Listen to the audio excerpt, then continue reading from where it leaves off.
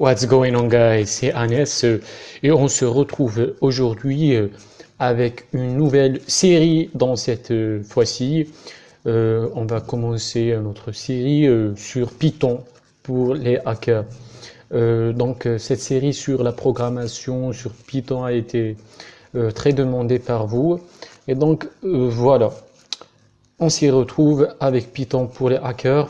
Et dans cette toute première vidéo, on va parler un peu, discuter et répondre quelques questions, histoire de clarifier quelques concepts avant d'entamer le vif du sujet. Donc dans cette vidéo, on va voir quelques questions ensemble. Donc la première question qui se pose, c'est pourquoi apprendre à programmer, pourquoi apprendre la programmation. Donc, peut-être vous avez posé la question. Et donc, en fait, il y a plusieurs raisons pour apprendre la programmation. La première, c'est que s'il n'y avait pas de programmation, il n'y aura pas de hacking tout simplement. Donc, vous, en tant que hacker, votre job, c'est de trouver des failles, c'est de détourner des systèmes, trouver des vulnérabilités et les exploiter. Et tout ça à la base d'un code. Donc, si vous avez, par exemple, vous testez la sécurité d'une application, d'un logiciel, d'un protocole, quel que soit, donc ce protocole, il faut savoir que c'est un code écrit par un développeur en suivant les instructions d'un langage de programmation donné, que ce soit le C, le C++, Python, Java, quel que soit le langage de script. Donc vous, en tant que hacker, vous allez vous baser sur un code pour trouver une vulnérabilité. Et si vous ne savez pas lire ce code, vous ne parviendrez jamais à trouver des failles. Donc c'est ça, c'est le hacking, l'idée réside ici. Le hacking, c'est une conséquence de la programmation. Aussi, s'il n'y a pas de développeur, il n'y a pas de hacker. Ça, c'est systématique. Donc un développeur écrit son code et le hacker trouve des failles et optimise la sécurité de ces applications écrites par les développeurs. Donc un hacker doit savoir obligatoirement lire un code. Donc ça, c'est la première chose. La deuxième ou troisième raison pour apprendre à programmer, quel que soit le langage, la programmation vous apporte la flexibilité nécessaire dans votre test d'intrusion. Donc, il y a certaines situations où les outils les outils apportés par d'autres développeurs, par d'autres hackers, ne suffisent pas pour effectuer, pour résoudre, on va dire, un problème ou un challenge. Et dans cette situation-là, vous êtes obligé de créer votre propre outil pour ce challenge-là. Donc c'est une histoire de flexibilité. Et puis cette flexibilité vous apporte davantage de créativité et de force. Donc vous êtes libre de créer ce que vous voulez de la façon que vous voulez, tout simplement. Donc c'est créativité, force et flexibilité. Et le dernier point, c'est que la majorité écrasante des hackers savent développer, savent écrire un code. Et si vous n'apprenez pas cette compétence, ne forgez pas cette compétence, vous restez derrière. Donc ça, c'est quelques raisons pourquoi apprendre la programmation. Ensuite, qu'est-ce qu'on va faire concrètement dans ce cours, dans cette série de vidéos? Donc, La première chose, il faut dire que ça sera un cours un peu long. C'est des vidéos un peu longues, donc c'est pas cette vidéo, c'est une vidéo introduction. On va voir clarifier quelques points justes. Donc ça sera un cours presque complet, non complet, il n'y a pas de cours complet sur Python et son utilisation dans le domaine de la sécurité. On va commencer par le commencement en apprenant les bases du langage Python, les variables, les dictionnaires, tous ces concepts-là, les listes, et puis étudier quelques algorithmes. Et au final, pardon, le point le plus important, c'est pour parvenir, afin de parvenir à créer des outils de hacking, de sécurité, tout simplement. Donc ça, c'est l'objectif du cours. Ensuite, ce qu'on va voir dans cette vidéo, c'est comment préparer notre lab de test. Donc on aura besoin de, bien sûr, Python. On va devoir l'installer sur Linux et sur Windows. La démarche est presque la même pour les gens qui ont des Mac. C'est quelque chose de très facile. Et puis, c'est ça. Donc, en fait, Python vient préinstaller sur les systèmes GNU Linux. Donc, il n'y a rien à installer. Sauf que Windows, il faut télécharger l'exécutable et l'installer. On va voir tout de suite comment. Donc, si vous êtes sur une machine Windows, comme vous voyez là, je suis sur une machine Windows, vous ouvrez votre navigateur et vous tapez Python download, tout simplement. Download, ça, c'est le premier lien pour télécharger l'exécutable. Donc, on clique sur le site officiel de Python, python.org. Oups, un problème de connexion. On va voir ce qu'il y a. Donc la démarche est simple, il n'y a rien de compliqué. Vous ouvrez le premier lien, vous trouverez le lien de téléchargement ou tout simplement cliquez sur le Python 2.7.15 et vous téléchargez directement l'exécutable. Il y a un problème de connexion, je ne sais pas c'est quoi cette bordel, c'est pas grave. Donc Python 2.7.15 et vous téléchargez. Ne téléchargez surtout pas la version 3, on aura besoin de la deuxième version 2.7.15 parce que dans la dernière version, la 3, il y a quelques problèmes de compilation, problèmes de librairie et tout.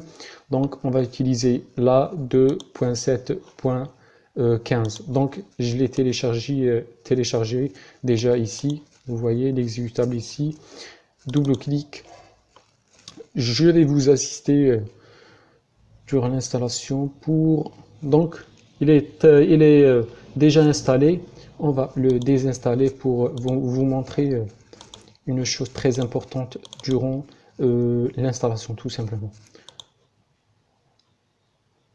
Donc on va le désinstaller, pardon. Donc comme je l'ai dit, la version 2.7.15 et non pas la 3. Parce que la 3, il y a des problèmes quelques problèmes à résoudre.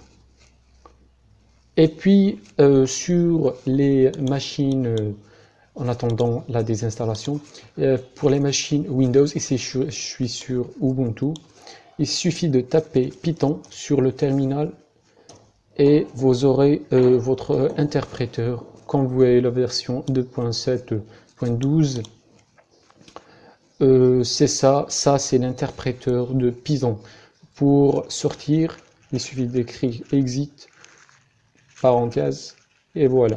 Si vous voulez savoir la version, vous pouvez écrire aussi Python -- version et vous aurez votre version ici. Donc ça c'est la première fois.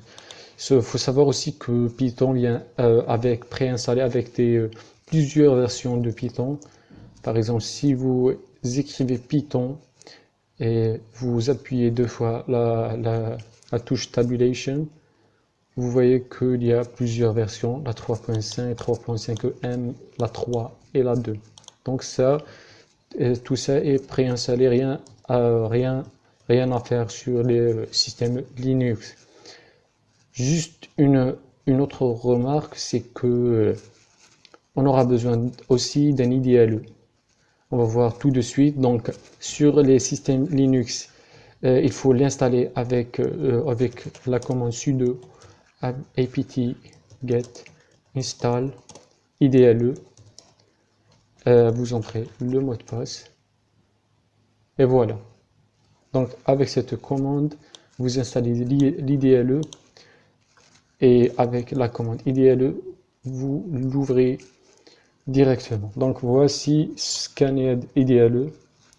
C'est un shell interactif de Python qu'on aura besoin. C'est un shell interactif comme son nom l'indique. On l'aura besoin pour démontrer les concepts de base de Python.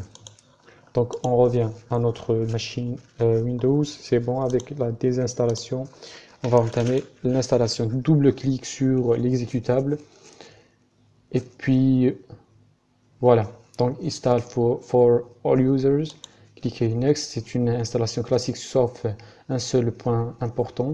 Donc Next. Ici, dans Customize Python, ici vous devez ajouter python.exe to path. Ici, cliquez et puis hover will be installed on local hard drive et cliquez ici pour l'installer, pour pouvoir lancer Python, l'interpréteur Python depuis le CMD. Donc ça c'est impératif. Donc next et ça va s'installer tout simplement. Donc ici l'IDLE qu'on a vu avec les systèmes Linux, il va s'installer avec il vient avec l'exécutable. Donc vous n'avez rien à installer de plus. Cet exécutable va installer tous les dépendances, en plus l'IDLE. Donc ça va prendre quelques temps. Et la démarche d'installation pour les systèmes Mac, donc j'ai pas de Mac pour vous démontrer, mais ça va être sûrement assez simple que les systèmes Windows. Téléchargez l'exécutable pour Mac sur le site officiel, double-clic et vous installez tout simplement. Donc ça c'est la première vidéo introduction de Python pour les hackers. Et dans les vidéos prochaines qui suivent, on va entamer directement le vif de la programmation. Donc Finish et cliquez sur le menu Start. Vous voyez ici c'est un module docs de Python. Ici sur le champ de recherche, écrivez CMD, entrez, voilà. Et puis comme pour le système Linux, écrivez Python et entrez. Et voilà l'interpréteur de Python 2.7.15. Et si vous voulez afficher l'IDLE qu'on a vu précédemment, il est là, IDLE Python GUI. Graphical User Interface. Ça c'est la CMD, l'interface graphique, ça l'IDLE l'interface graphique et ça l'interface non graphique, terminal. Il n'y a pas de couleur ici et ici on a des couleurs et tout. Vous voyez ici print, ça colorise un peu le code pour être plus lisible. Donc ça c'est l'installation, la préparation du lab.